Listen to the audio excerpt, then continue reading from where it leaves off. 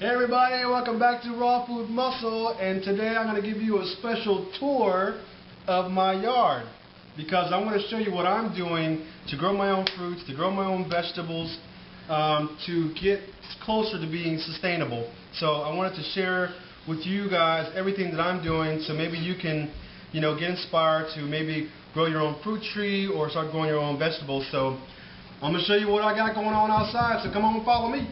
Alright everybody, these are my garden beds, and I'm in the process of turning the soil to rejuvenate all the soil. I'm going to be adding some additional compost on it, on top of it, just to give it some more rich nutrients. So this is what I normally do to get my garden prepared before I start planting everything. And I'm going to be transplanting some of the plants that I have inside that I've been growing indoors, and then I'm going to be planting some seeds directly into the soil. So I just kind of want to give you guys a sneak peek on what I'm doing with my garden bed here. And this is my second one. This is actually the first one over here that I built. So I started this one first, my first year, and then this one I built in the spring of '09, and I did really well with it. So, and I'm doing the whole square foot gardening thing on this one. And I have to say that the square foot gardening works really well, so I got no complaints with that. And I was kind of speculative at first, but I heard so many good reviews on it. Garden Girl, she has a channel, she talks all about it, and I checked it out. I did it for the first time last year, and everything grew like crazy. I mean, there was just so much growing with my spinach, my kale, my tomatoes, my bell peppers. I mean, the list goes on and on. So anyway, this is my first one, and let me just show you also some of my fruit trees that I got going on. This is a new fruit tree I just planted, which is a pink lady, and it's an apple tree. And I actually have some blueberries planted here before, but some of the blueberries, weren't doing too well, so I decided to pull them out and put them in some containers.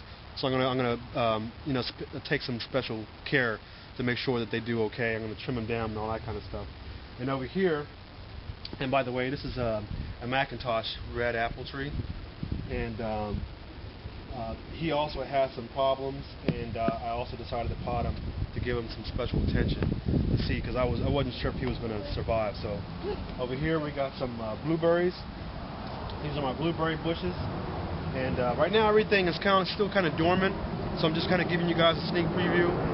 You'll see in the next coming months how everything is going to grow, and it's going to be beautiful. So this is something you might want to do to grow your own, blueberries, your own, raspberries. I have raspberries also, or get a couple of fruit trees, And just so you know, over here, this is another one, another pink lady, and over here I got in the back these two blackberry bushes, which I'm going to probably have to move because it's not getting enough sunlight. So most of the sun comes from the south, which is in that direction, which the garden bed gets a lot of that sun.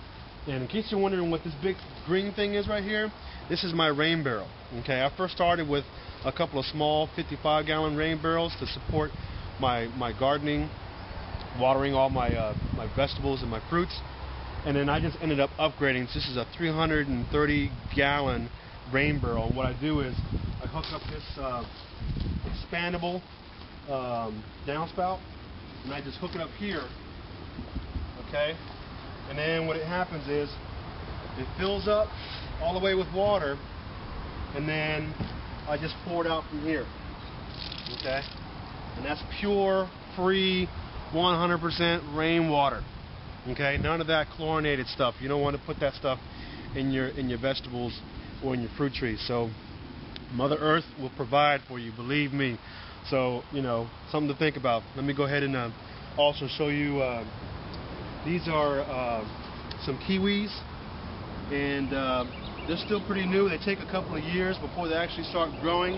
But these are my first two, and you have to have a male and a female in order for them to produce fruits. So I think this year will be the first year that they produce fruits, but I'm not too sure about that. I might have to wait.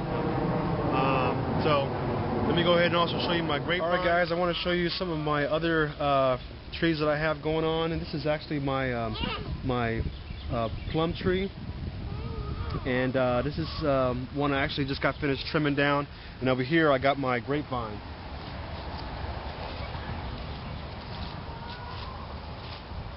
Yeah, I set this arbor up. I didn't set it up. I had a guy come over here and set it all up for me. But I planted the grapes, and these are mostly flame bunch. And I forget what the other variety is, but they're basically they're table grapes, and so they're not the kind that you actually make wine with. So I made sure specifically I got some flame reds, I think it's called. And last year was my first production of actually them producing some grapes. I'm hoping in this year they'll produce more. So let me go ahead and show you my strawberry patch. Come on. All right, now this is my strawberry patch. A lot of this stuff I had gated up for the rabbits because they like to eat my strawberries and I ain't having it. The snow kind of pushed a lot of it down, so I'm going to have to straighten this mess up in a little bit. But these are all strawberries. It's kind of hard to see because there's some weeds in here which I got to pull out. But all this stuff right here, this is all part of the strawberry plant. And I have the hay down here. I usually put hay down to keep the moisture in the ground, so that way the soil stays rich. And I have about 30 plants of strawberries here, and last year I was growing strawberries like crazy. So this year should be a better production. So I'm looking really forward to that. All right, come on.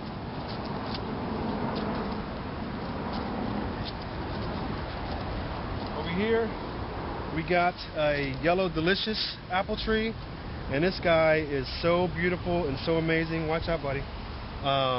We had our first apples last year, and man, the taste was just amazing. So let me tell you something, you can't beat the flavor of your own fruits that you grow in your own yard. These are two brand new. I just planted them last, this winter, because the nursery I got them from, no one was buying them, and they were about to close down, so I got them for like $15 a pop.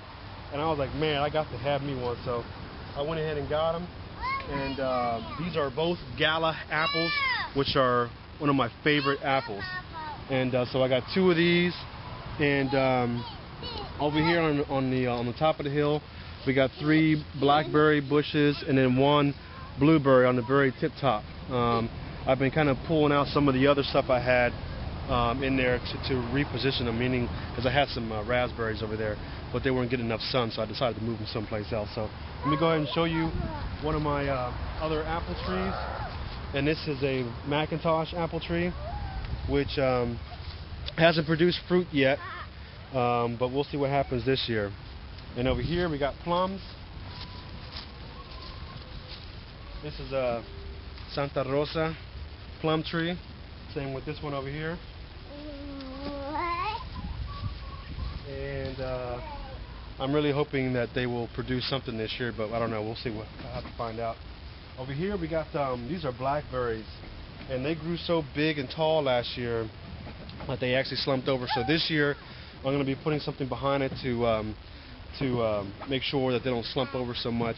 And I trimmed them down because I want them to kind of more bush out so they can produce some blackberries. So let me go ahead and show you my fig tree.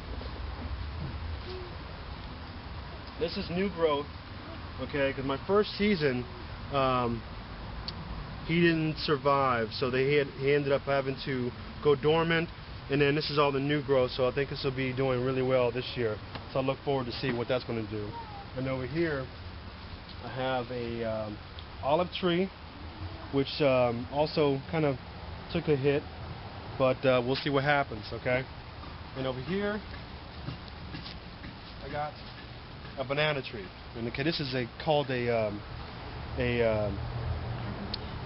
Cavendish Cavendish banana tree, and it's supposed to be the cold hardiest of all banana trees. So this is going to be the first year that it grows from surviving the winter. I had it wrapped in insulation, and I'm going to unwrap it soon now that it's starting to get a little bit warmer out here. And I'm just going to go ahead and show you my front part of the house so you guys can see what I got going on over there.